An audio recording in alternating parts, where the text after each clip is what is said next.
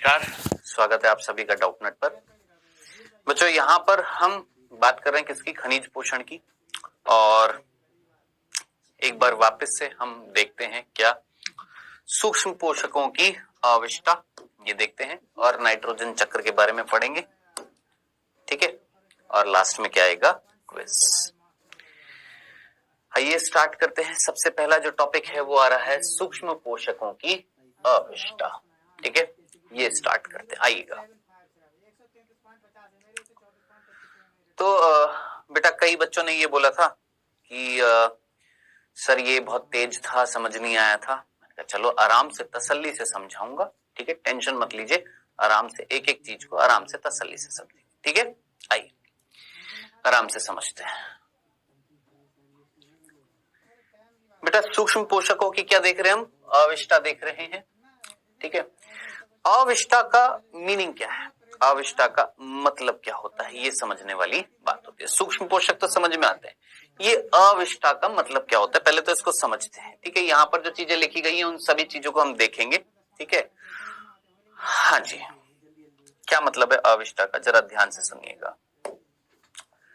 देखिए, मैंने बोला आपसे कि एक है आपके वृत्त पोषक तत्व, है ना, और एक है आपके सूक्ष्म पोषक तत्व।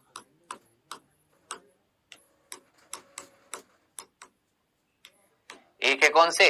वृत्त, और एक कौन से? सूक्ष्म पोषक तत्व।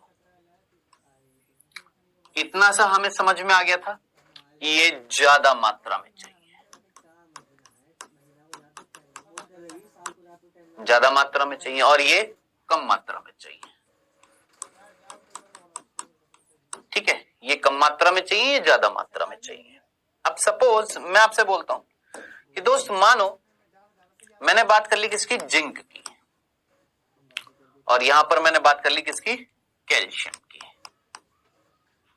ठीक है। जिंक जो है वो एक, सॉरी उल्टा कर दिया मैंने, यहां पर कैल्शियम जो है वो हमारा वृत्त पोषक तत्व है, और जिंक जो है वो हमारा सूक्ष्म पोषक तत्व है, ठीक है। ये ज्यादा मात्रा में चाहिए और वो कम मात्रा में चाहिए, ठीक। अब इधर देखिएगा, मैंने बोला सबसे पहले हम वृत्त पोषक तत्व की बात करते हैं। मैंने बोला कैल्शियम जो है वो ज्यादा मात्रा में चाहिए। क्या चाहिए? ज्यादा मात्रा में, ठीक है। वर्ड को समझना, ज्यादा मात्रा में चाहिए, ठीक है।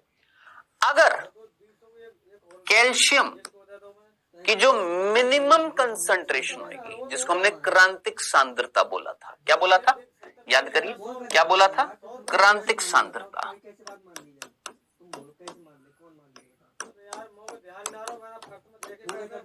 क्रांतिक सांद्रता जिन बच्चों को समझ में ना आए, मिनिमम सांद्रता है ना, वो सांद्रता, मिनिमम सांद्रता, न्यूनतम सांद्रता जो चाहिए ही चाहिए हर तत्व की, अलग अलग होती है क्रांतिक सांद्रता। कैल्शियम की अलग होगी, मैग्नीशियम की अलग होगी, कार्बन की अलग, हर एक की अलग अलग क्रांतिक सांद्रता होती है। अब हमने बोला कैल्शियम चाहिए ज्यादा मात्रा में, और इसकी जो न्यूनतम सांद्रता होगी, अगर वो नहीं मिली, अगर क्रांतिक सांद्रता से कम मिला, तो आप मुझे बताएं क्या दिखाई देंगे एक पेड़ के अंदर? कमी के लक्षण दिखाई देंगे या नहीं दिखाई देंगे? सिंपल सी चीज मैं पूछ रहा हूं आपसे, कुछ टफ तो पूछ ही नहीं रहा। क्या अगर क्रांतिक सांद्रता, न्यूनतम सांद्रता, मिनिमम कंसंट्रेशन जो होती है कैल्शियम की, जो ज्यादा मात्रा में चाहिए था, अगर वो क्रांतिक सांद्रता से कम मिला, तो जरा सोचिए क्या दिखाई देंगे? कमी के लक्षण। याद आ रहे हैं? याद आ रहे हैं? क्या दिखाई देंगे? कमी के लक्षण दिखाई देंगे। हाँ सर,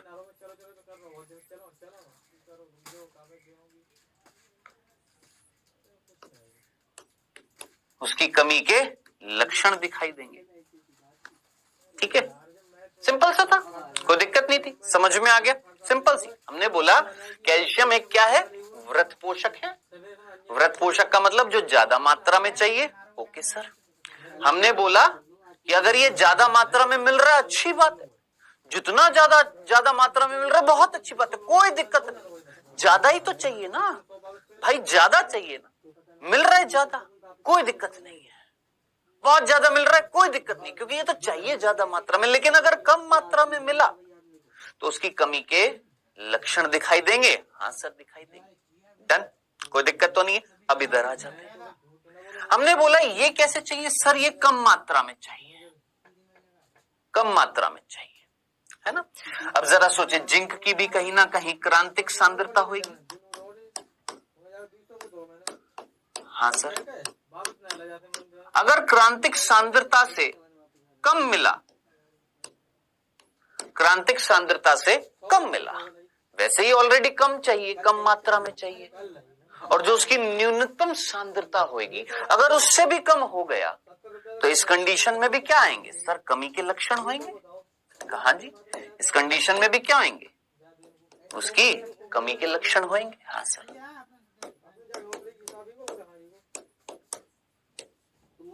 तो सर ये तो चीज सेम टू सेम हो गई है, ये चीज तो सेम टू सेम हो गई कि भाई कैल्शियम ज्यादा मात्रा में चाहिए था, जिंक कम मात्रा में चाहिए। कैल्शियम अगर ज्यादा से ज्यादा मात्रा में मिल रहा है कोई दिक्कत नहीं है, लेकिन अगर कम मात्रा में मिल गया तो कमी के लक्षण होंगे। उसी प्रकार जिंक कम मात्रा में चाहिए और जो उसकी न्यूनतम मात्रा जो होगी अगर उससे कम हो गया तो उसकी भी कमी के लक्षण दिखाई देंगे। लेकिन अब जरा सोचिए, यहां तक तो सिंपल तरीके से समझ में आ जाती है बात। अब बात आती है क्या कि सर ये तो कमी दिखा दी आपने, लेकिन अगर ज्यादा हो गया तो क्या होगा। मैंने बोला कैल्शियम अगर ज्यादा मात्रा में मिला तो कोई दिक्कत है, सोचो, दिमाग लगाओ। कैल्शियम अगर ज्यादा मात्रा में मिल गया तो कोई दिक्कत है नहीं, कोई दिक्कत नहीं है। क्यों? क्योंकि चाहिए ही ज्यादा मात्रा में। डन। लेकिन जरा दोस्त यहां पर देख, अगर जिंक जो ऑलरेडी क्या चाहिए था, कम मात्रा में चाहिए था, अगर वो ज्यादा मात्रा में मिल गया,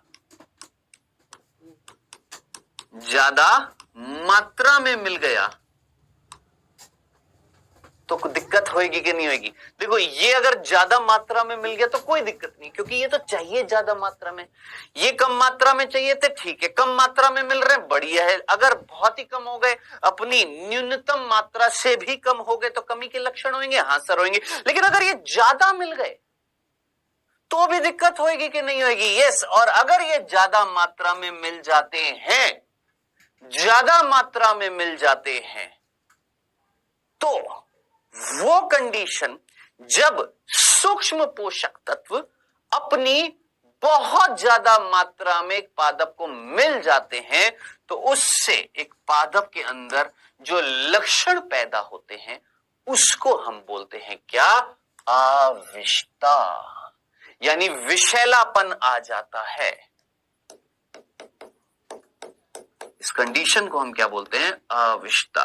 तो कई बच्चों को ये मीनिंग ही समझ में नहीं आता कि आविष्टता का मतलब क्या था। सिंपल सी बात है भाई कि ये ज्यादा मात्रा में चाहिए, मिल जाए जितनी ज्यादा मात्रा में, ये तो चाहिए ही चाहिए ज्यादा मात्रा में।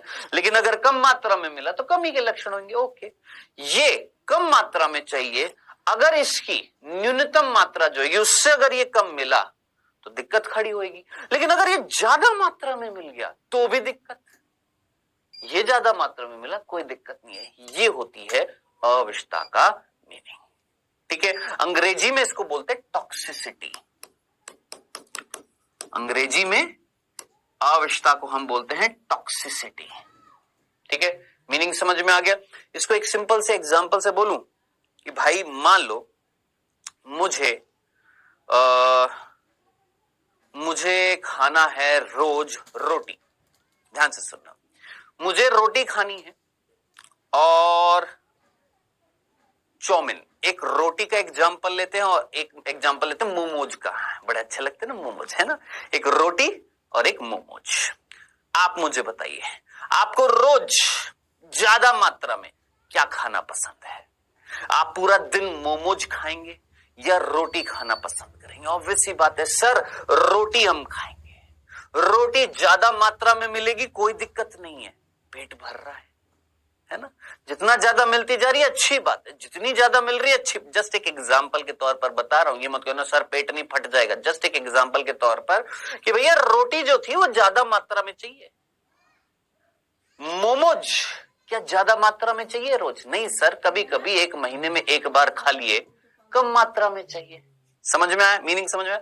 अब मैंने बोला अगर रोटी नहीं मिली या रोटी बहुत कम मिली तो रोटी की कमी के लक्षण होंगे या नहीं होंगे? बिल्कुल होंगे। उसी प्रकार मोमोज चाहिए थे आपको, महीने में एक बार चाहिए थे, ये महीने में 2 बार चाहिए थे। अगर नहीं मिलेंगे तो मोमोज के भी कमी के लक्षण आएंगे। हाँ आएंगे। लेकिन जरा सोच, अगर मोमोज रोज की रोज तुम खाओगे तो तुम्हारे अंदर विषैलापन नहीं आ जाएगा? तुम्हारे अंदर कहीं पेट खराब नहीं हो जाएगा? हाँ, जो चीज कम चाहिए अगर बहुत ज्यादा मात्रा में मिल जाए तो दिक्कत नहीं खड़ी हो जाएगी? हो जाएगी ना। तो ये था किसका मीनिंग? अविष्टा का। अब बताइए, अविष्टा का मीनिंग समझ में आ गया? कोई दिक्कत तो नहीं है? अब आगे चलते हैं, यहां पर पढ़ते हैं, जरा देखते हैं यहां पर क्या लिखा हुआ था। देखिए देखिए क्या लिखा हुआ है। तो नहीं है, अब आगे चलते हैं, यहां पर पढ़ते हैं, जरा देखते हैं यहां पर क्या लिखा हुआ था। देखिए देखिए क्या लिखा हुआ है। सूक्ष्म पोषक जो होते हैं, किसकी बात कर रखी है बेटा? सूक्ष्म पोषकों की बात कर रखी है कि अनिवार्यता न्यून मात्रा में होती है। हम जानते हैं कि सूक्ष्म पोषक जो है वो कम मात्रा में चाहिए। ये लाइन समझ में आ गई? सूक्ष्म पोषक तत्व कैसे चाहिए? कम मात्रा में। ओके। लेकिन अगर मामूली कमी से भी अपर्याप्तता के लक्षण और अल्प वृद्धि से अविष्टा उत्पन्न होती है। अभी इसी लाइन में दोनों मीनिंग समझा दिए क्या, कि अगर कमी हुई तो अपर्याप्तता के लक्षण हो जाएगी। कमी हुई, कम मात्रा में मिला, न्यूनतम मात्रा से क्रांतिक सांद्रता से अगर कम मिले तो भैया अपर्याप्तता के लक्षण। मैंने कहा हाँ ऑब्वियस ही बात है, कम मिलेगा तो अपर्याप्तता हुई। लेकिन अगर थोड़ी सी वृद्धि हो गई तो भी दिक्कत, क्या? अविष्टा उत्पन्न होगी। ऐसी कंडीशन व्रत पोषकों के लिए नहीं थी। व्रत पोषकों में केवल एक ही कंडीशन थी, क्या? कि भाई अगर अल्प वृद्धि होगी तो कोई दिक्कत नहीं, वो तो चाहिए ज्यादा मात्रा में ना। हाँ, अगर उनकी भी कमी हुई तो अपर्याप्तता के लक्षण उनमें दिखाई देंगे। अब बोल, अब समझ में आया? तेज तो नहीं था, क्लियर है? चले आगे, आइए ध्यान से देखिएगा क्या लिखा हुआ है।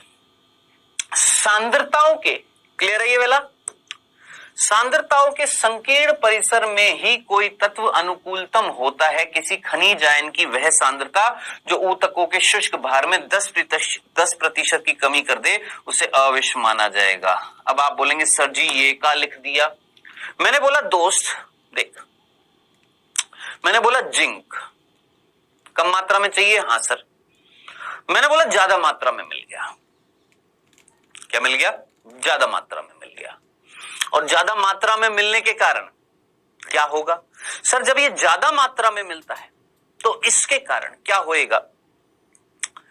ये जिंक दूसरे तत्वों को अवशोषित होने से रोकेगा। क्या क्या क्या क्या क्या क्या? वापस से बताना सर।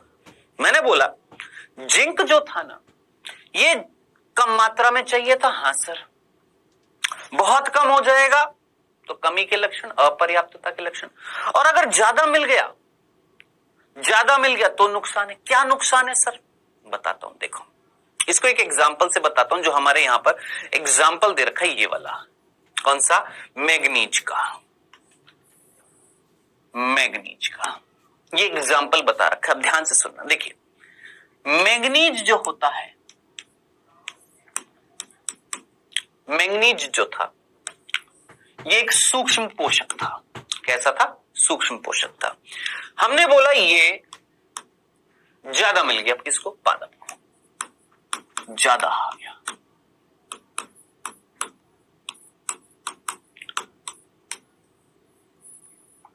क्या मिल गया? ज्यादा मिल गया। ओके सर, तो ये तो दिक्कत खड़ी हो जाएगी।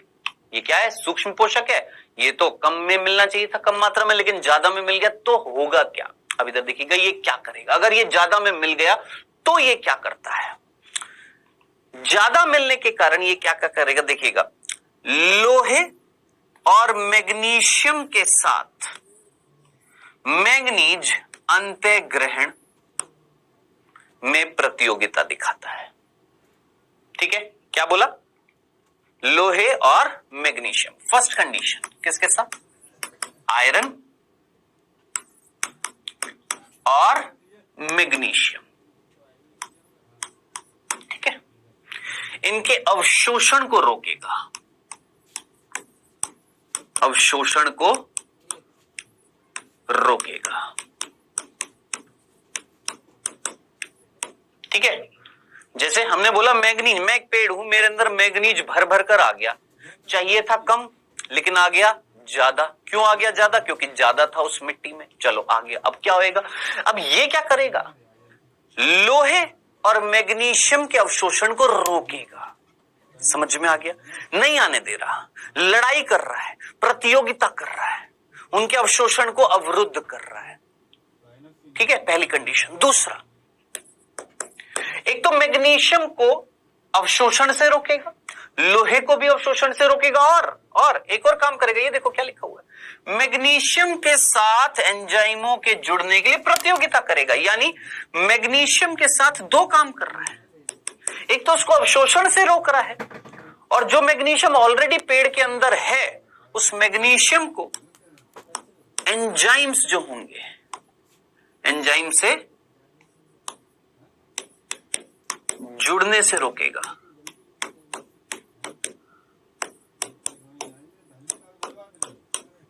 एंजाइम से जुड़ने से रोकेगा। यानी मैग्नीशियम के लिए तो बहुत भारी हो गया साहब, ये मैग्नीशियम के लिए तो बहुत ही भारी हो गया। किसके लिए बेटा? मैग्नीशियम के लिए बहुत ज्यादा क्या हो गया है? भारी हो गया है। कि एक तो क्या कर रहा है? ज्यादा आ गया, ज्यादा आने के कारण कहीं ना कहीं लोहे और मैग्नीशियम जो है उनके अवशोषण को क्या कर दिया? रोक दिया। क्या कर दिया? लोहे और मैग्नीशियम के अवशोषण को होने नहीं दे रहा। दूसरा, अगर जो बचा हुआ है मैग्नीशियम पेड़ के अंदर उसको एंजाइमों से जुड़ने से रोक रहा है। तो जरा सोचिए, मैग्नीशियम का कार्य संपन्न हो पाएगा? मैग्नीशियम अपना कार्य कर पाएगा? लोहा अपना कार्य कर पाएगा? नहीं, क्योंकि भाई साहब एक तो लोहे और मैग्नीशियम आ नहीं रहे, और जो मैग्नीशियम है उसको काम करने से रोक रहा है। तो किसकी कमी आ जाएगी? सर, इन दोनों की कमी हो जाएगी या नहीं हो जाएगी? सोचो, किसकी कमी हो जाएगी? सर, इन दोनों की कमी हो जाएगी कि नहीं हो जाएगी? Yes sir. अभी रुको रुको रुको, लोहा हो गया, मैग्नीशियम हो गया, एक और तत्व, ये देख, एक और तत्व, मैंगनीज स्तंभ शीर्ष में कैल्शियम स्थानांतरण को भी रोकता है। क्या? कैल्शियम जो होता है उसका जो स्तंभ जो होता है ना, पेड़, उस पेड़ के अंदर जो कैल्शियम का संवहन होना था, कैल्शियम का ट्रांसपोर्ट होना था, कैल्शियम के ट्रांसपोर्ट को रोकता है।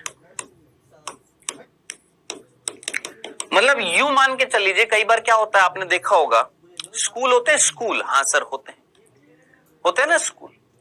स्कूल में कोई एक ऐसा बालक आ गया, स्कूल में कोई एक ऐसा बालक आ गया जो गुंडा टाइप का है।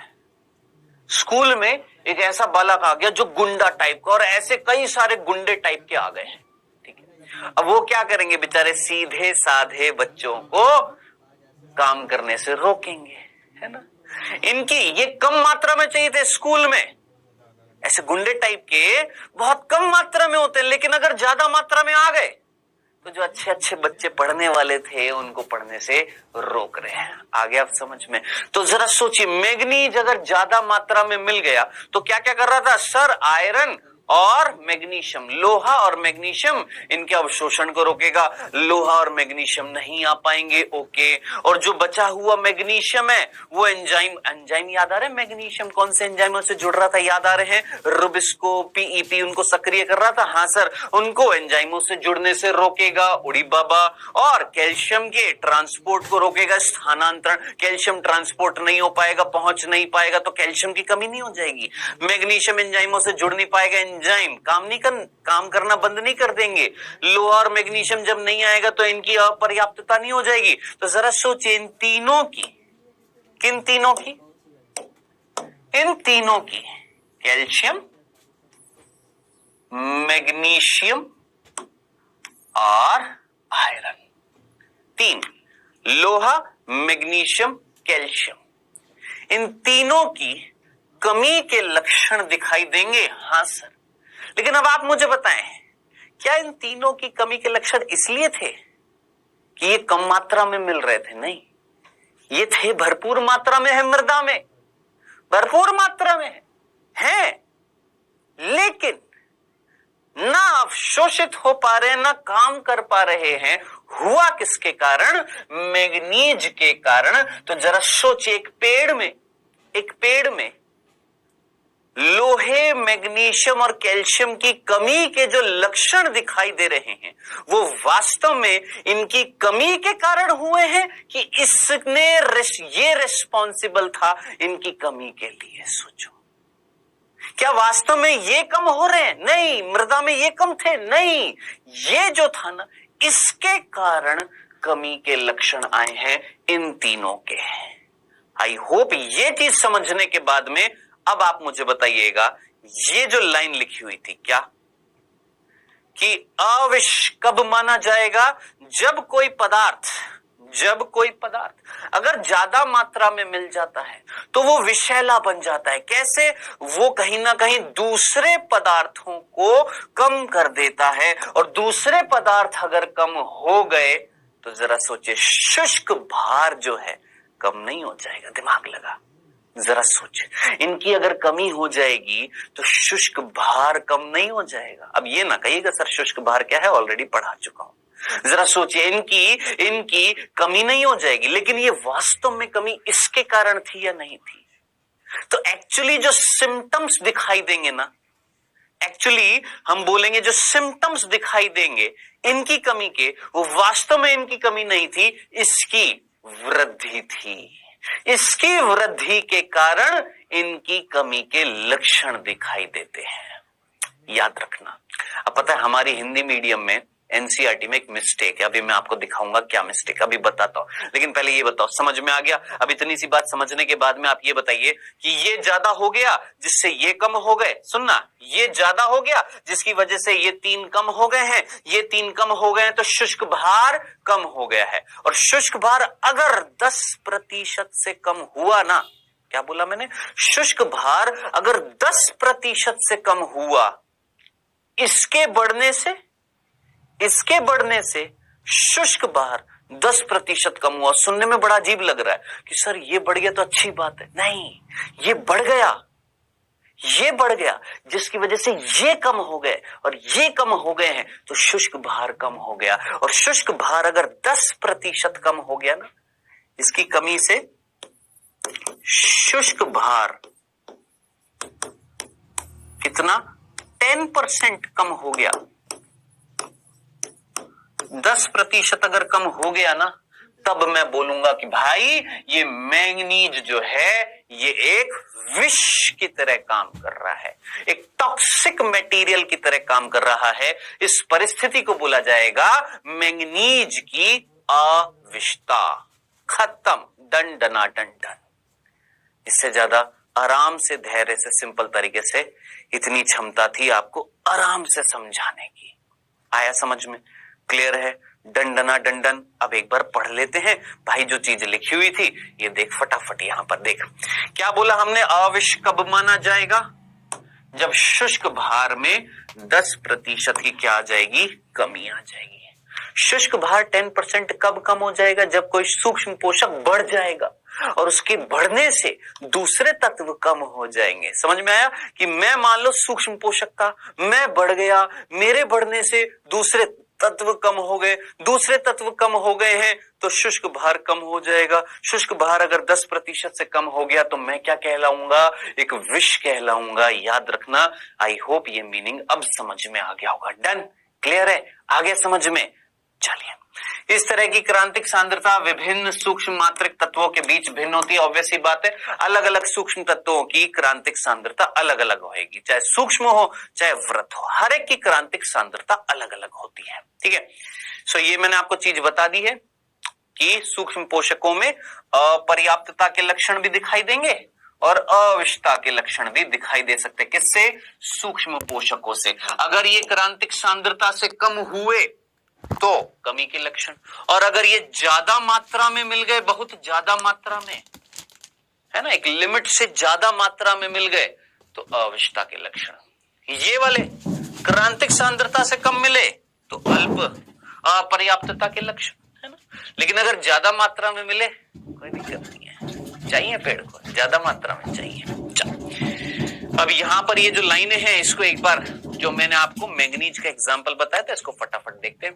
कई बार किसी एक तत्व की अधिकता दूसरे तत्वों के अधिग्रहण को अवरुद्ध करती है। बोलो कौन सा बच्चा जिसको ये लाइन समझ में नहीं आएगी? क्या कि कई बार एक तत्व की अधिकता, एक तत्व अगर अधिक हो गया तो दूसरे तत्वों का ग्रहण जो होता है वो रुक जाता है, दूसरे तत्वों जो है उनका अवशोषण रुक जाता है। सर कैसे कैसे? एक एग्जांपल से बताया, उदाहरण से। क्या कि भाई अगर मैंगनीज की आविशता, मैंगनीज की अगर आविशता हो जाए, यानी मैंगनीज ज्यादा हो जाए तो दूसरे तत्व जो हैं वो कम हो जाएंगे, तो लक्षण क्या दिखाई देते हैं? भूरे धब्बों का आविर्भाव। ये आविर्भाव समझ में नहीं आता कई बच्चों को, अंग्रेजी में कई बार देख लिया करो, आराम से समझ में आता है। आविर्भाव को अंग्रेजी में बोलते हैं स्पॉट।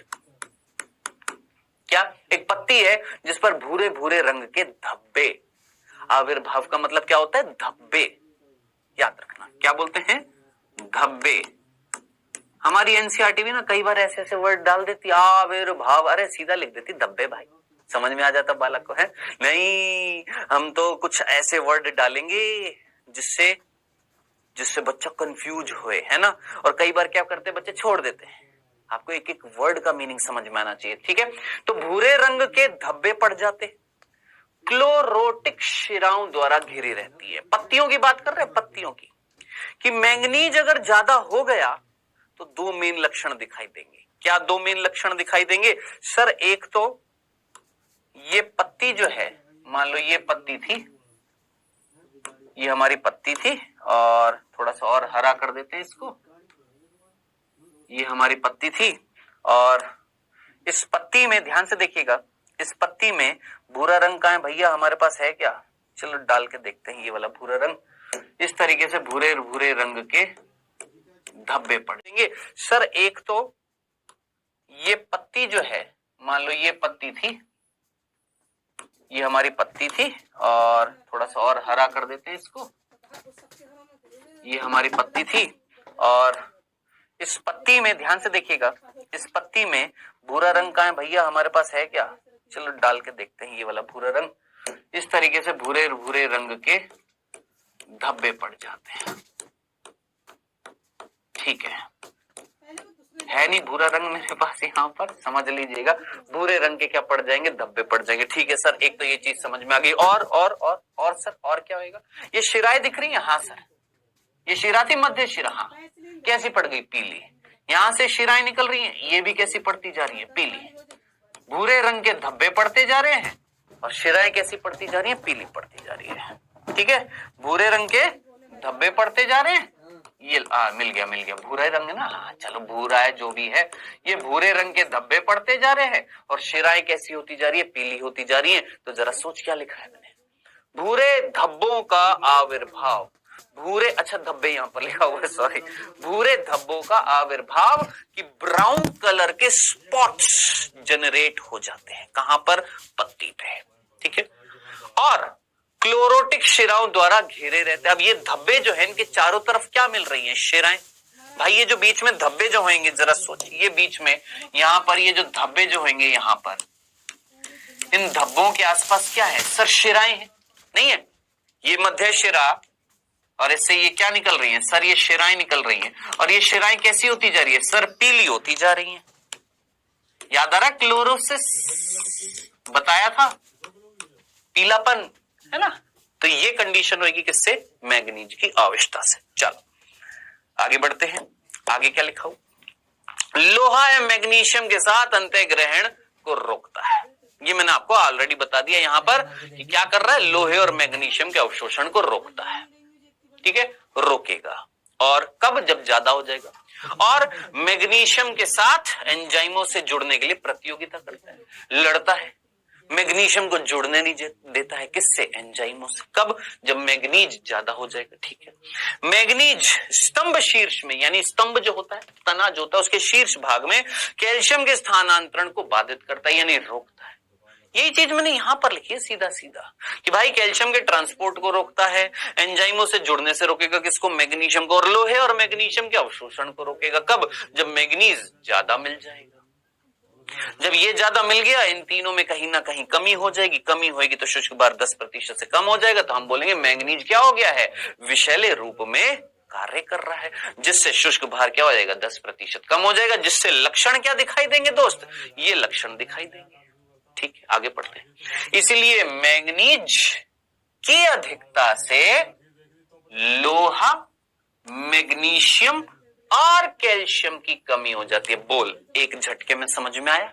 इस लाइन में क्या बोल रखा है कि भाई मैग्नीज की तो हो गई अधिकता, तो 3 तत्वों की हो गई कमी। कौन कौन? लोहा, मैग्नीशियम और कैल्शियम की क्या हो गई है?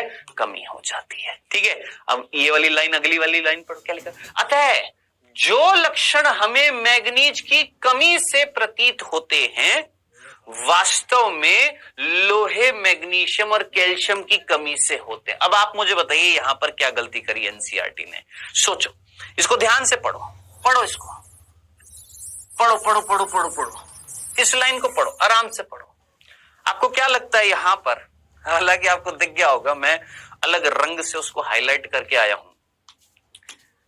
क्या आपको यहां पर लगता है यहां पर कमी की जगह अधिकता लिखा होना चाहिए था?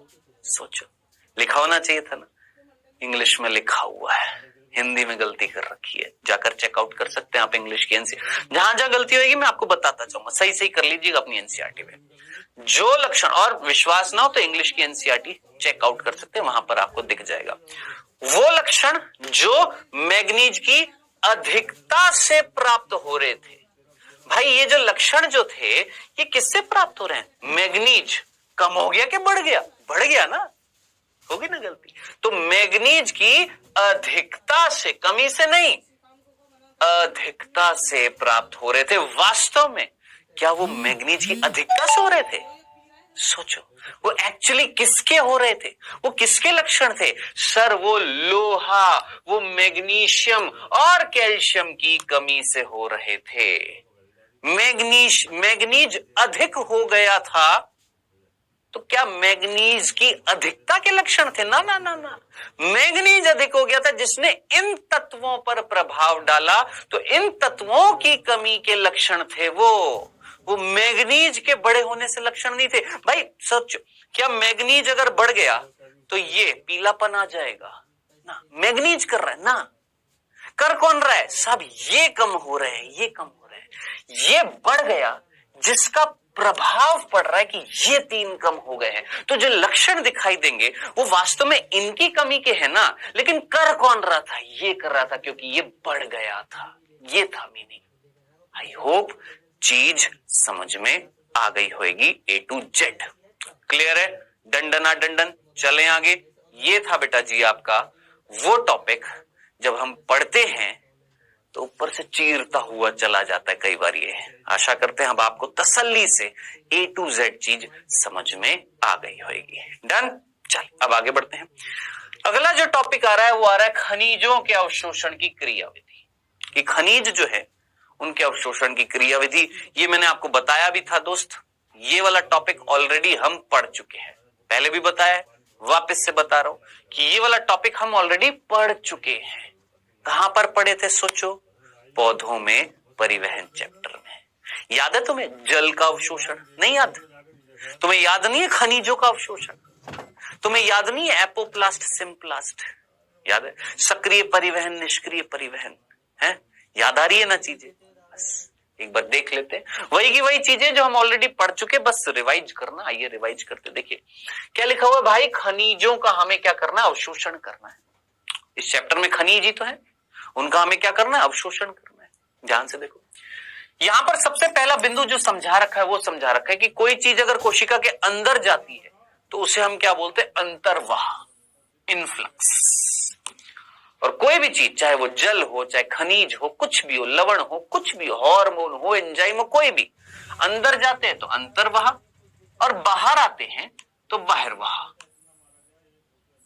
इनफ्लक्स कोशिका के अंदर जाना, ये कोशिका है, इसके अंदर कोई जाएगा इनफ्लक्स, बाहर कोई आएगा इफ्लक्स। ठीक है सर, काहे बताया? क्योंकि दोस्त तुम क्या करने वाले हो सर, खनिजों का अवशोषण के बाद संवहनी करेंगे, है ना। तो खनिज आएंगे इनफ्लक्स, फिर आगे बढ़ेंगे, कोशिका से बाहर निकलेंगे, दूसरी कोशिका में जाएंगे, फिर उससे निकलेंगे दूसरी कोशिका। तो इनफ्लक्स होएगा, outflux, influx, efflux, influx, efflux होएगा कि नहीं होएगा? हाँ सर। तो ये जस्ट एक वर्ड था समझाने के लिए, ठीक है। अब क्या लिखा हुआ है कि भाई अवशोषण की प्रक्रिया जो होती है वो दो मुख्य अवस्थाओं में होती है, और वो दो मुख्य अवस्था कौन सी थी आप अच्छे तरीके से जानते हैं बेटा। कहीं ना कहीं एक था एपोप्लास्ट और एक था सिम्प्लास्ट। देखिए क्या लिखा हुआ है कि प्रथम अवस्थाओं में कोशिका में मुक्त अथवा बाह्य स्थान एपोप्लास्ट में तीव्र गति से आयन का अंतःग्रहण होना निष्क्रिय अवशोषण होता है, निष्क्रिय रूप से चले गए। ठीक है, एपोप्लास्ट में आयनों की निष्क्रिय गति साधारणतः आयन चैनल्स के द्वारा होती है, जो कि ट्रांसझिल्ली प्रोटीन होते हैं और चयनात्मक छिद्रों के कारण होते हैं। ठीक है, अब पता है यहां पर भी हल्की सी मिस्टेक है। कोई बता सकता है क्या मिस्टेक है? देखते कितने बच्चों ने पौधों में परिवहन चैप्टर, कितने बच्चों को याद आ रहा है बताइए। मैं आपसे पूछ रहा हूं, देखते कितने बच्चे मेरे को सीरियस नोट पर बता पाएंगे। जल का सबसे पहले अवशोषण निष्क्रिय हुआ था कि सक्रिय हुआ था? पहला प्रश्न, स्थानांतरण नहीं, अवशोषण। दूसरा, खनिज जो जल में घुले हुए हैं उनका अवशोषण सक्रिय हुआ था कि निष्क्रिय हुआ था? याद कर, पौधों में परिवहन में समझा रखा है। अवशोषण की बात करिए, यहां पर जो चीज जो बात कर रखी है वो अवशोषण होने के बाद ट्रांसपोर्ट की बात कर रखी है, स्थानांतरण की बात कर रखी है। ये जो चीजें बता रखी हैं ये स्थानांतरण की बता रखा है। हल्की सी गलती यहां पर क्या कर दी इस लाइन में, क्या कि प्रथम अवस्था में कोशिका में मुक्त अथवा बाह्य स्थान एपोप्लास्ट में तीव्र गति से आयन अंतर्ग्रहण होना निष्क्रिय अवशोषण है। याद करिए, सबसे पहले अवशोषण कैसा था? आयंस का। सोच, मैंने साफ साफ शब्दों में बोला था कि सबसे पहले आयंस का अवशोषण सक्रिय होता है। क्यों? इसके दो कारण बताए थे। कोशिका भित्ति आयंस को स्थानांतरित नहीं होने देती, आवेश जिन पर था उनको जाने नहीं देती। और दूसरा रीजन बताया था, बाहर मृदा में आयंस की सांद्रता कम है, जड़ों में ज्यादा है, तो कम से ज्यादा में जाएंगे तो ऊर्जा खर्च होएगी, तो ये सक्रिय होएगा अवशोषण। बाद में स्थानांतरण जो होएगा वो निष्क्रिय था, जो एपोप्लास्ट से हो रहा था। तो यहां पर बस ये वर्ड जो था ना, ये वाला, ये गलत हो गया था। यहां पर स्थानांतरण होता ना, स्थानांतरण वो सही था कि आयंस का अंतःग्रहण होने के पश्चात निष्क्रिय स्थानांतरण होएगा। अवशोषण कैसा होता है? सक्रिय। देख, मैंने अवशोषित किया, सक्रिय रूप से आ गया। अब वो एपोप्लास्ट पथ अपनाकर अंतःग्रहण होने के पश्चात, यहां था अंतःग्रहण होने के पश्चात निष्क्रिय स्थानांतरण होता है। ये आता वर्ड तो बेटर होता। यहां पर गलती कर गई हमारी एनसीईआरटी। जरूर याद रखना, पौधों में परिवहन में बिल्कुल सही चीज बता रखी, यहां पर हल्की सी मिस्टेक कर दी थी। ठीक है, उसके बाद बाकी तो आप जानते हैं, एपोप्लास्ट जो पथ होएगा, एपोप्लास्ट से कहीं ना कहीं निष्क्रिय परिवहन होएगा। फिर उसके बाद आप जानते हैं सिम्प्लास्ट भी होएगा, और सिम्प्लास्ट जो होएगा वो कहीं ना कहीं धीमी गति से होता है। हमने बात करी थी, हाँ सर, धीमी गति से होता है और सक्रिय रूप से भी होता है। हाँ जी, ठीक है जी, लिखा हुआ है सिम्प्लास्ट जो होता है सक्रिय प्रक्रिया होगी। डन, क्लियर है? चलें आगे। अब ये भाई ये खनिज ऐसे करते करते करते कहां पर आ जाएंगे? निष्क्रिय, सक्रिय आए, एपोप्लास्ट से फिर निष्क्रिय, फिर जहां कैस्पेरियन पट्टिका आ जाती है फिर सक्रिय, और सक्रिय रूप से डाल दिया किसमें? जाइलम में। ये हम ऑलरेडी पढ़ चुके हैं। जिनको अभी भी कंफ्यूजन है दोस्त, पौधों में परिवहन में साफ साफ तरीके से एक एक चीज समझाई थी, प्लीज जाकर एक बार रिवाइज करिएगा। ठीक है, सो भैया खनिज जो है वो अब किस में आ जाएंगे सर? जाइलम में आ जाएंगे, और जाइलम में जल में घुल जाएंगे, दारू में आ जाएंगे, जाइलम में आ जाएंगे और जल में क्या हो जाएंगे, खुल जाएंगे। अब ये जल ऊपर जाएगा तो अपने साथ क्या लेकर जाएगा, खनिजों को लेकर चला जाएगा, सीधी सी बात है। ऊपर कैसे जाएगा बताने की जरूरत नहीं है यार, पूरा हम पढ़ चुके हैं। ऊपर कोई पुल पुल लग रहा था, ऊपर क्या लग रहा था, पुल बल लग रहा था, कौन सा, वाष्पोत्सर्जन, एक खिंचाव पैदा हो रहा था, है जी। क्या हो रहा था, ऊपर खिंचाव पैदा हो रहा था वाष्पोत्सर्जन के द्वारा, जिससे कहीं ना कहीं पानी ऊपर जाएगा और इसमें जो लवण, जो खनिज जो घुले हुए हैं, विद्यमान हैं, वो ऊपर चले जाएंगे, सीधी सी बात है, सिंपल। चले, नो प्रॉब्लम, ओके। अब आगे बढ़ते हैं। अब यहां पर एक वर्ड लिखा हुआ है, पादपों में रेडियो समस्थानिक यानी रेडियो आइसोटोप्स जो होते हैं, है ना, रेडियो आइसोटोप्स, जैसे आपका कार्बन 14, नाइट्रोजन 15, नाइट्रोजन 14, ये क्या होते हैं, रेडियो एक्टिव या रेडियो आइसोटोप्स बोलते हैं, समस्थानिक बोलते हैं ना। इनको यूज में क्यों लिया जाता है, मैं आपको एक वर्ड बता रहा हूं, ठीक है, अंग्रेजी का है, कोशिश करिएगा उसको समझने की। हमारी हालांकि एनसीईआरटी में नहीं बता रखा है ना, मैं आपको बताने की कोशिश करता हूं, जरा देखिएगा। मेरे पास खाली जगह, हाँ जी, ये रही, देखिए, एक वर्ड होता है, अंग्रेजी में बोलते हैं ट्रेस। एलिमेंट्स को हम बोलते हैं तत्व।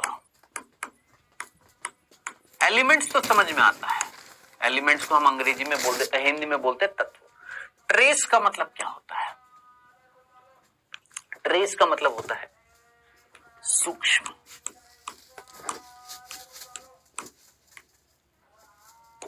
ठीक है, अब मैंने बोला एक दूसरा वर्ड, क्या बोला, ट्रेसर एलिमेंट।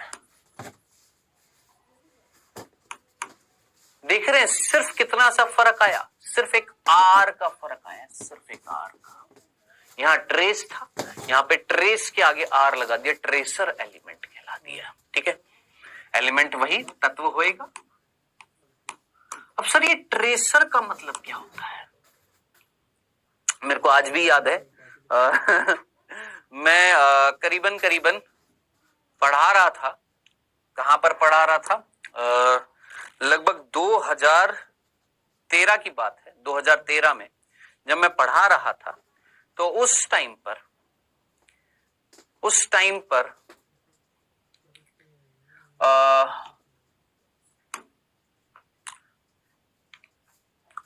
पर एक शूज की एक कंपनी थी, मेरे को याद आ रहा है, मैंने 2014 में जब पढ़ाया था, उस टाइम मैंने एक शूज खरीदे थे, और वो जो शूज की जो कंपनी थी ना, उस कंपनी का नाम ट्रेसर था, है ना। और मैं जब भी बच्चों को पढ़ाता था, तो ये जब पढ़ाता था तो इसका एग्जाम्पल देता था, देखो ये देखो मेरे जूते कौन सी कंपनी के हैं, ट्रेसर कंपनी के। पता नहीं आती है कि नहीं आती है, उस टाइम आती थी। सो ट्रेसर का मतलब होता है किसी चीज का ज्ञात करना, किसी चीज को ज्ञात करना, किसी चीज का पता लगाना।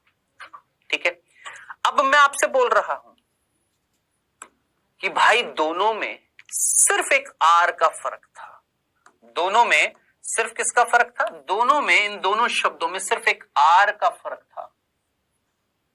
ठीक है, अब मैंने बोला बताओ, लोहा, मैंगनीज, जिंक, कॉपर, निकल, है, ये सारे जो थे, क्या ये सूक्ष्म पोषक तत्व थे? हां, अंग्रेजी में क्या बोलते हैं, माइक्रो एलिमेंट्स।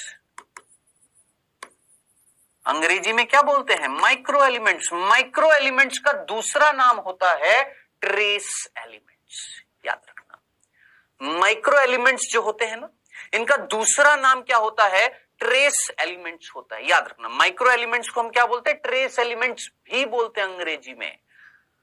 सूक्ष्म पोषकों को हम अंग्रेजी में माइक्रो एलिमेंट्स या ट्रेस एलिमेंट्स बोलते हैं। भाई कंसंट्रेशन से सुन रहे हो ना, समझ में आ रहा है ना, सिंपल सी बात थी क्या, कि भैया सूक्ष्म पोषक तत्वों को हम अंग्रेजी में क्या बोलते हैं सर, माइक्रो एलिमेंट्स। एक और नाम होता है क्या, ट्रेस एलिमेंट। ट्रेस का मतलब ही क्या होता है, कम। ठीक है, जबकि ट्रेसर एलिमेंट्स क्या होते हैं, वो जो रेडियो समस्थानिक होते हैं, जैसे कार्बन 14, नाइट्रोजन 15, फॉस्फोरस 35, ठीक है। ये सारे क्या कहलाते हैं सर? ये रेडियो आइसोटोप्स कहलाते हैं। इनको हम यूज में लेते हैं किसी चीज का पता लगाने के लिए। अब मैं तुमसे एक छोटा सा हिंट पूछता हूं, क्या तुमने वंशागति का आणविक आधार चैप्टर पढ़ा था? हाँ सर पढ़ा था। उस वंशागति के आणविक आधार चैप्टर में तुमको याद आ रहा है तुमने एक टॉपिक पढ़ा था क्या? याद करिए, एक टॉपिक पढ़ा था क्या? सर हमने एक टॉपिक पढ़ा था डीएनए आनुवांशिक पदार्थ है। ये पता लगाने के लिए कुछ एक्सपेरिमेंट्स हुए थे। याद कर, ग्रिफिथ का एक्सपेरिमेंट हुआ था, मैक्लियोइड, मैकार्टी, एवेरी का एक्सपेरिमेंट याद आ रहा है, फाइनली हर्शे चेज का एक्सपेरिमेंट। उस हर्शे चेज के एक्सपेरिमेंट में क्या तुमको याद आ रहा है फॉस्फोरस और सल्फर लिए गए थे? लिए गए थे, हाँ सर लिए गए थे ना। तो फॉस्फोरस और सल्फर जो लिए गए थे वो रेडियो आइसोटोप्स थे। क्यों लिए गए? किसी चीज का पता लगाने के लिए। क्या पता लगाने के लिए? कि कौन आनुवांशिक पदार्थ है? डीएनए आनुवांशिक पदार्थ है। तो ट्रेसर एलिमेंट्स क्या होते हैं दोस्त? याद रखना, ट्रेसर एलिमेंट्स का मतलब क्या होता है? वो तत्व जिनसे हम किसी क्रिया विधि को ज्ञात करते, किसी क्रिया विधि का पता लगाते हैं। आशा करते हैं आपको ये चीज समझ में आ गई होगी। यहां पर जो वर्ड लिखा हुआ था अब आप पढ़ लीजिए, देखिए क्या लिखा। पादपों में रेडियो समस्थानिक के प्रयोग से भी यह प्रमाणित किया गया कि खनिज तत्व पादपों में जाइलम के माध्यम से परिवहन करते हैं। भाई हमने रेडियो सक्रिय पदार्थ जो थे ये जाइलम में भी डाल दिए, ये फ्लोएम में भी डाल दिए। अब हमें पता लग रहा है कि कौन लेकर जाने वाला है खनिजों को? आप जानते हैं जाइलम। तो हमने नीचे डाले रेडियो सक्रिय पदार्थ, जड़ों में डाल दिए, है ना, पानी में डाल दिए। और फिर हमने पादप को ऊपर से काटा, उसमें जाइलम और फ्लोएम दोनों में देखा किसमें मिल रहे रेडियो सक्रिय पदार्थ? सर जाइलम में मिल रहे हैं। तो रेडियो सक्रिय पदार्थों से हमने ये पता नहीं लगा लिया कि कौन परिवहन कराता है? सर जाइलम परिवहन कराता है। खत्म खल्लास। तो ऐसे पदार्थ जिनसे किसी प्रक्रिया का पता लगे उनको हम क्या बोलते हैं? ट्रेसर एलिमेंट बोलते हैं, याद रखना। और ये तत्व कौन से होते हैं? रेडियो समस्थानिक होते हैं, रेडियो आइसोटोप्स होते हैं। Done, clear. चलिए अब आगे चलते हैं। अधिकांश खनिज जो पौधों की वृद्धि एवं परिवर्धन के लिए अनिवार्य है वे चट्टानों के टूटने एवं क्षरण से पौधों की जड़ों को उपलब्ध होते हैं। ये प्रक्रिया मृदा को विलेय आयन और अकार्बनिक लवणों से संपन्न बनाती है। बोल दोस्त, इसको पढ़ने के बाद कौन सा ऐसा बालक है जिसको ये चीज समझ में नहीं आएगी? क्या तुमको याद नहीं आ रहा कि हमने चक्र पढ़े थे, कार्बन चक्र? क्या तुमको याद नहीं आ रहा फॉस्फोरस चक्र पढ़ा था? याद आ रहा है? आ रहा है ना? याद कर, पारिस्थितिकी इकाई में पढ़ाया था मैंने। और अगर पढ़ाया था तो दिमाग पर जोर डालो। एक पेड़ को फॉस्फोरस कहां से मिल रहा है? मृदा में। मृदा में कहां से आया? चट्टानों के अवक्षय से आया था। चट्टानों की अवक्षय को इंग्लिश में क्या बोला था? वेदरिंग बोला था। क्या था अवक्षय? टूटना। किसका? चट्टानों का। कैसे टूट गई? बारिश पड़ रही है, हवा चल रही है ना, धूप पड़ रही है, चूरा होता जा रहा है, बारिश पड़ रही है, तेज तेज चट्टानों पर बारिश टकरा रही है, हवा चल रही है, चट्टानें टूट रही हैं, चूरे में बदल रही हैं। इस प्रक्रिया को हम बोलते हैं अवक्षय, वेदरिंग बोलते हैं। अब पानी आएगा, टकराएगा, अपने साथ क्या लेकर आएगा? जो चट्टानों में खनिज घुले वो आएंगे, पानी आएगा, भूमिगत जल में जाएगा, खत्म। मृदा में क्या आ जाएंगे? खनिज आ जाएंगे। तो मृदा में खनिज कहां से आ रहे हैं? चट्टानों के क्षरण से, चट्टानों के टूटने से, उनके अपघटन से, उनकी अवक्षय से, उनकी वेदरिंग से। सिंपल सी बात यहां समझा रखी है। डन। चूंकि चट्टानों में उपस्थित खनिजों से प्राप्त होते हैं इसलिए पादप पोषक में इनकी भूमिका को खनिज पोषण कहा जाता है। ओहो, क्या लिखा है कि चट्टानों में उपस्थित होता है कौन? खनिज। ठीक है। और ये खनिज जो है एक पेड़ को पोषण के रूप में मिल रहे हैं, इसलिए इनकी भूमिका के अनुसार इनको हमने क्या बोला? खनिज पोषण है। खनिज ऑब्वियस सी बात है पोषण के रूप में लिए जा रहे, किसके लिए? पादप के लिए। ठीक है सर, सिंपल से वर्ड थे, सिंपल तरीके से चीजें समझ में आ गई। जो इंपॉर्टेंट थी मैंने आपको बता दी है। ठीक है, आगे बढ़ते हैं। अब है इस चैप्टर का आखिरी टॉपिक जिसका नाम है नाइट्रोजन का उपापचय, मेटाबॉलिज्म ऑफ नाइट्रोजन। ये लास्ट टॉपिक है इस चैप्टर का। और दोस्त यहां से प्रश्न बनते हैं। ठीक है, अब इस टॉपिक को पढ़ने से पहले ना जरा ये जो चीज लिखी हुई है इसके नीचे जरा डायग्राम में देखना, ये क्या है, ये क्या दिख रहा है आपको? ये जड़ें हैं, ये हमने एक पेड़ की जड़ें निकाली है, मटर की है बेसिकली ये। और इन जड़ों में आपको कुछ गांठें दिखाई दे रही, कुछ फूले फूले से बाग दिखाई दे रही है। देख सर, ये तो आलू दिखाई दे रहा। आलू नहीं है दोस्त, आलू नहीं है ये आलू नहीं है, ये आलू नहीं है, ये आलू नहीं है। और दिखाई दे रहे और भी होंगे, है ऊपर भी है, चलो जी और भी होंगे। आलू नहीं है, ये है मूल गांठ। इनको अंग्रेजी में बोलते हैं रूट नोड्यूल्स, रूट नोड्यूल्स बोलते हैं, और हिंदी में बोलते हैं मूल गांठ। अब ये फूली हुई जो चीज जो होती है इसके अंदर क्या होता है, कैसे होता है, क्या सारी प्रक्रियाएं होती है, वो हम सभी पढ़ेंगे। अभी नाइट्रोजन के बारे में बात करते हैं। तो पहले तो मुझे ये बताइए, क्या नाइट्रोजन पादपों के लिए चाहिए? भाई हम नाइट्रोजन के बारे में ऑलरेडी पढ़ चुके हैं। नाइट्रोजन किस रूप में उपलब्ध होता है? मैंने आपको बताया था नाइट्रेट्स, नाइट्राइट्स, अमोनिया के रूप में होता है ना, जिसमें मैक्सिमम किस रूप में? नाइट्रेट्स के रूप में बताया था ना। हाँ सर, किस लिए चाहिए होता है नाइट्रोजन? ये भी मैंने आपको बताया था। नाइट्रोजन डीएनए आरएनए में भी है, नाइट्रोजन प्रोटीन में भी है। याद आ रहा है? याद आ रही है सारी चीजें? तो देखिए यहां पर क्या लिखा हुआ कि जी, अच्छा एक और चीज, व्रत पोषक तत्वों में से कार्बन, हाइड्रोजन, ऑक्सीजन तो सबसे ज्यादा चाहिए ही चाहिए। उसके अलावा जो 9 में से जो 6 थे, उन 6 में से सबसे ज्यादा कौन सा चाहिए? तो नाइट्रोजन चाहिए था ना। देखो क्या लगा, जीवित प्राणियों में कार्बन, हाइड्रोजन और ऑक्सीजन के अतिरिक्त नाइट्रोजन प्रमुखतम तत्व है। भाई कार्बन, हाइड्रोजन, ऑक्सीजन तो है ही है, उसके अलावा, इन तीनों के अलावा बाकी व्रत पोषक तत्वों में नंबर 1 पर कौन होएगा?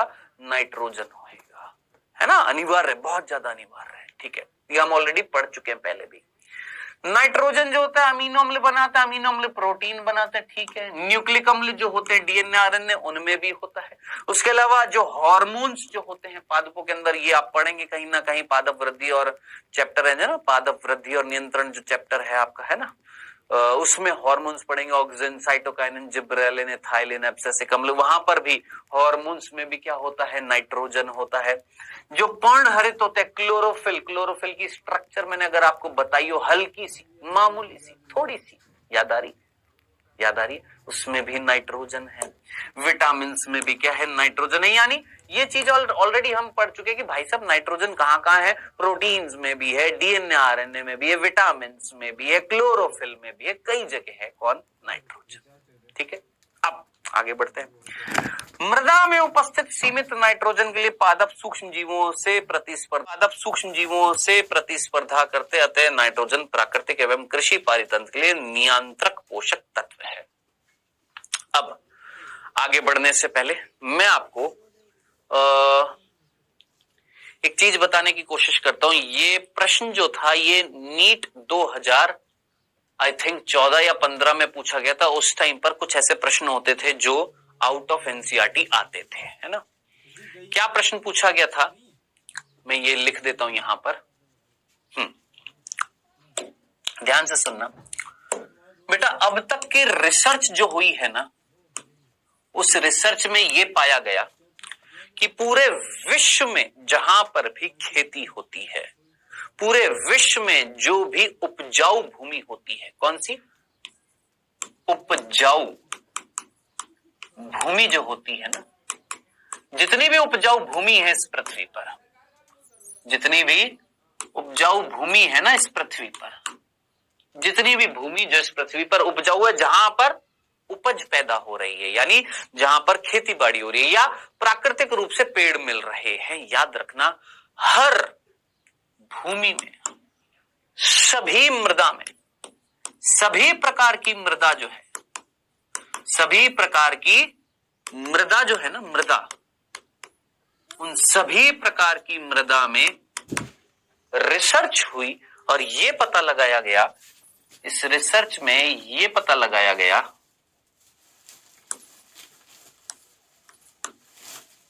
इस रिसर्च में ये पता लगाया गया क्या?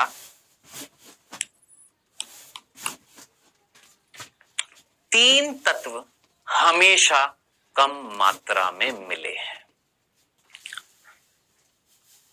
Nitrogen, phosphorus, potassium.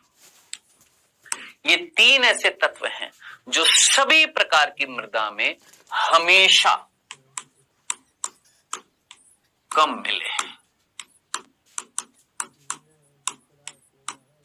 ये हमारी एनसीईआरटी में नहीं बता रखा है, ठीक है, याद रखना। इनको हम बोलते हैं क्रांतिक तत्व, क्रांतिक तत्व बोलते हैं, और अंग्रेजी में बोलते हैं क्रिटिकल एलिमेंट्स। यानी ऐसे तत्व जो हमेशा क्रिटिकल मिल रहे, क्रिटिकल रूप से मिल रहे, हमेशा क्रांतिक रूप से मिलते हैं, कम मात्रा में मिलते हैं, ये हमेशा कौन? ये तीन। अब आप बोलेंगे सर ये तो बहुत ही गलत बात है, सर ये तो हमारे व्रत पोषक तत्व थे और यही कम मिल रहे हैं, तो क्या करे किसान? तो अगर आप किसान फैमिली से हैं तो आप पूछिएगा अपने पेरेंट्स से, खेतीबाड़ी जब करते हैं तो उर्वरक का इस्तेमाल होता है, फर्टिलाइजर का, और मार्केट में मिलता है क्या? NPK fertiliser. क्या मिलता है? एनपीके फर्टिलाइजर मिलता है। हिंदी में फर्टिलाइजर को क्या बोलते हैं? उर्वरक। क्या बोलते हैं? उर्वरक बोलते हैं। तो दोस्त याद रखना, एनपीके फर्टिलाइजर क्या है? वो उर्वरक है जो हम स्प्रे करते हैं या डालते हैं हमारी खेतों में, और वो उर्वरकों में क्या भरा पड़ा होता है? नाइट्रोजन, फास्फोरस और पोटेशियम, यानी कृत्रिम रूप से हमें मृदा में डालने पड़ रहे हैं। क्यों? क्योंकि हमेशा ये कम मिलते हैं, इसीलिए इनको हम क्या बोलते हैं? क्रांतिक पोषक तत्व बोलते हैं या क्रिटिकल एलिमेंट्स बोलते हैं। बोले समझ में आ गया? कोई दिक्कत नहीं थी? क्लियर है? अब आप बोलेंगे सर आपने ये क्यों बताया? क्योंकि दोस्त यहां पर जब हम नाइट्रोजन की बात कर रहे थे, तो अब आप मुझे बताइए, क्या नाइट्रोजन, सोचना, क्या नाइट्रोजन एक क्रांतिक पोषक तत्व है, क्रिटिकल एलिमेंट है फास्फोरस और पोटेशियम के साथ में? है कि नहीं है? सीमित मात्रा में मिल रहा है कि नहीं मिल रहा है? मिल रहा है ना? लाइन पढ़। मृदा में उपस्थित सीमित नाइट्रोजन, नाइट्रोजन हमेशा कैसी रहती है? सीमित मिलती है, फास्फोरस भी और पोटेशियम भी। तो इस लाइन से मेरे को याद आया और मैंने आपको बता दिया, नीट 2014 या 15 में पूछा गया था, उपरोक्त में से मतलब ये पूछा गया था कौन से पोषक तत्व क्रांतिक तत्व कहलाते हैं। ऐसे सीधा सीधा प्रश्न आया, आंसर सीधे आता एनपीके। वर्ड याद रखना, एनपीके फर्टिलाइजर, एनपीके उर्वरक का इस्तेमाल करते हैं। पूछना अपने पेरेंट्स में, फादर से पूछना जो किसानी करते हैं उनसे पूछिएगा, एनपीके फर्टिलाइजर कहीं बाजार से खरीद के लाते हैं? मिलते हैं, ठीक है। सो यहां पर ये तो समझ में आ गया कि सर नाइट्रोजन सीमित है, लेकिन सर हम तो ये जानते हैं कि हमारे वातावरण में जो नाइट्रोजन होती है तो सबसे ज्यादा मिलती है। उड़ी बाबा, भाई आप जानते हैं ना हमारे वातावरण में कार्बन डाइऑक्साइड है, ऑक्सीजन है, नाइट्रोजन, और 70% से भी ज्यादा होती है कौन? आपकी नाइट्रोजन।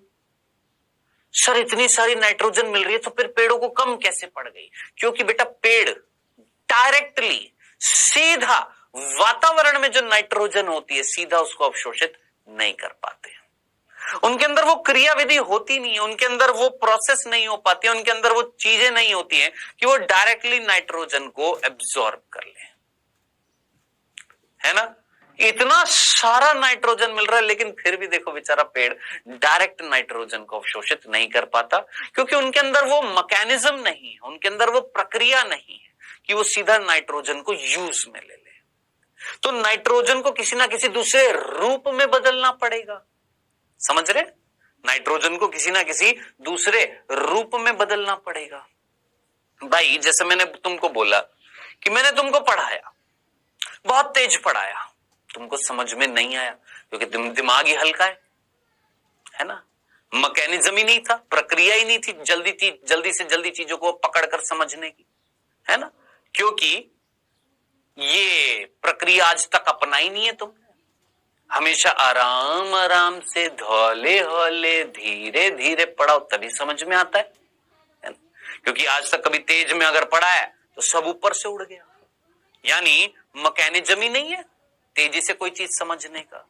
तो कहीं ना कहीं एक दूसरा रूप लेना पड़ा मेरे को लेना पड़ा है भाई, लेना पड़ा ना, आराम से धीरे धीरे पढ़ाने का। बस वही है कि इतना सारा नाइट्रोजन था, नहीं जा पाया पेड़ के अंदर, नहीं जा पाया, उसके अंदर क्रिया विधि नहीं है किसके अंदर, पेड़ के अंदर, कि डायरेक्टली नाइट्रोजन को यूज में ले ले। तो क्या करना पड़ेगा, नाइट्रोजन को किसी ना किसी और रूप में बदलना पड़ेगा जिसको पेड़ अवशोषित कर ले। अब किस में बदलना पड़ेगा, कैसे बदलना पड़ेगा, वो कहलाएगी आपकी नाइट्रोजन साइकिल। उससे हम क्या बोलते हैं, नाइट्रोजन चक्र बोलते हैं। आइएगा देखते हैं, ये है नाइट्रोजन चक्र जो हमारी एनसीईआरटी में कुछ इस तरीके से दिखा रखा है। यहां पर ये मैं आपको बड़े सिंपल तरीके से समझाता हूं, बड़े आराम से तसल्ली से समझाऊंगा क्या, नाइट्रोजन साइकिल। आइएगा ध्यान से देखिएगा, क्या पढ़ रहे हैं बेटा, यहां पर नाइट्रोजन चक्र पढ़ेंगे।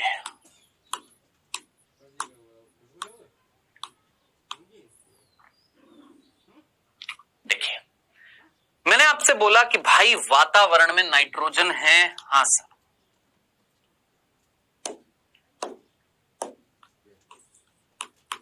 वातावरण में क्या है, नाइट्रोजन है। और वातावरण में जो नाइट्रोजन है वो डायरेक्टली पेड़ अवशोषित नहीं कर पा रहे हैं, तो बदलो, किस में बदलोगे सर, हमने वातावरण में जो नाइट्रोजन जो है उसको बदला। दोस्त किस में बदला, वातावरण में जो नाइट्रोजन है सबसे पहले हमने उसको बदला अमोनिया में, ठीक है, किसमें बदल दिया, अमोनिया में। ओके सर, बदल दिया। ये प्रक्रिया जो है फर्स्ट ए, इस प्रक्रिया को बोला जाता है नाइट्रोजन स्थिरीकरण। मैं बड़ा बड़ा इसलिए नहीं लिख रहा हूं क्योंकि जगह नहीं बचेगी इसलिए, ठीक है। वर्ड्स सुनाई दे रहा है ना, नाइट्रोजन स्थिरीकरण, अंग्रेजी में बोलते हैं नाइट्रोजन फिक्सेशन। क्या बोलते हैं, नाइट्रोजन